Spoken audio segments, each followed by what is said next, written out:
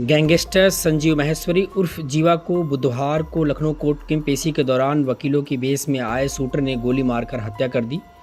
Shooter Vijay Yadav को police ने मौके पर इसे गिरफ्तार कर लिया। अब जीवा हत्याकांड में एक बड़ा खुलासा हुआ। जीवा की हत्या .357 बोर की अल्फा रिवाल्वर से हुई है, जो कि चेक रिपब्लिकन में बनी हुई है। इस रिवाल्वर की कीमत 5 से 6 लाख रुपए आकी जा रही है। यह भारत में प्रतिबंधित नहीं है। इसका एक कारतूस 1.5 से 2 हज़ार रुपये का मिलता है। आमतौर पर यह रिवाल्वर पंजाब के लोग शौकिया बस यूज करते हैं। एक बड़ा सवाल कि क्या विजय यादव जैसे साधारण आदमी के पास ऐसा रिवाल्वर आया कहाँ? हालांकि ये एक जांच का विषय है, पुलिस जांच कर रही है।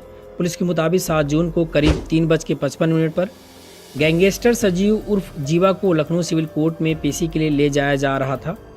जैसे ही वो कोर्ट पहुंचा, वकील के बेस में आए एक शख्स ने उस पर गोली चला दी।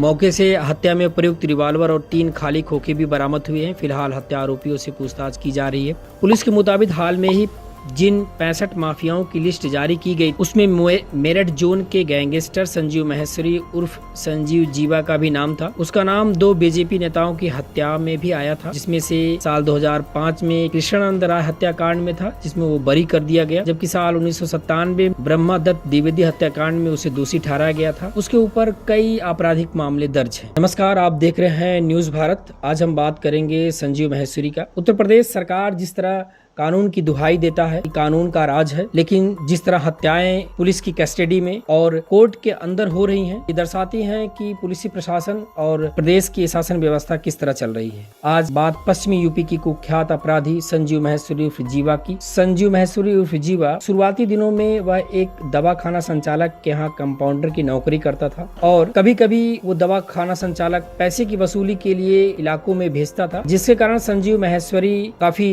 दबंग किस्म का हो गया था। और एक दिन ऐसा आता है कि उसने अपने मालिक को ही अगवा कर लिया। इस घटना के बाद उसने 90 के दशक में कोलकाता में एक कारोबारी के बेटे को भी अगवा कर लिया।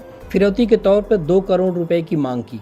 उस वक्त किसी से 2 करोड़ रुपए की फिरौती मांगना भी अपने आप में एक बहुत बड़ी बात होती थी। इसके बाद जीवा हरिद्वार के नाजिम गैंग में घुसा और फिर सत्येंद्र बरनाला के साथ जुड़ा, लेकिन उसके अंदर अपनी गैंग बनाने की इच्छा थी, जिसके कारण 10 फरवरी साल 1997 को हुई भाजपा के कद्दावर नेता ब्रह्मदत्त द्विवेदी की हत्या के साथ उसका नाम सामने आता है, जिसके बाद संजीव को उम्र कैद की सजा सुनाई जाती है। फिर जीवा थोड़े दिनों बाद मुन्ना बजरंगी गैंग में शामिल हो जाता है। इसी क्रम में उसका संपर्क मुख्तार अंसारी से होता है। मुख्तार अंसारी और जीवा का नाम कृष्णानंद राय हत्याकांड में भी आता है। हालांकि साल 2005 में कृष्णानंद हत्याकांड में कोर्ट ने उसको बरी कर दिया। पुलिस रिकॉर्ड के अनुसार संजीव माहेश्वरी के ऊपर लगभग 22 से ज्यादा मुकदमे थे, जिनमें से 17 मामलों में संजीव बरी हो चुका है, जबकि वहीं संजीव पर जेल में गैंग ऑपरेट करने के आरोप भी लगे। हाल ही में उसे की संपत्ति को प्रशासन द्वारा कुर्की भी की गई थी। जीवा पर साल 2017 में कारोबारी अमित दीक्षित उर्फ गोल्डी हत्याकांड का भी आरोप था।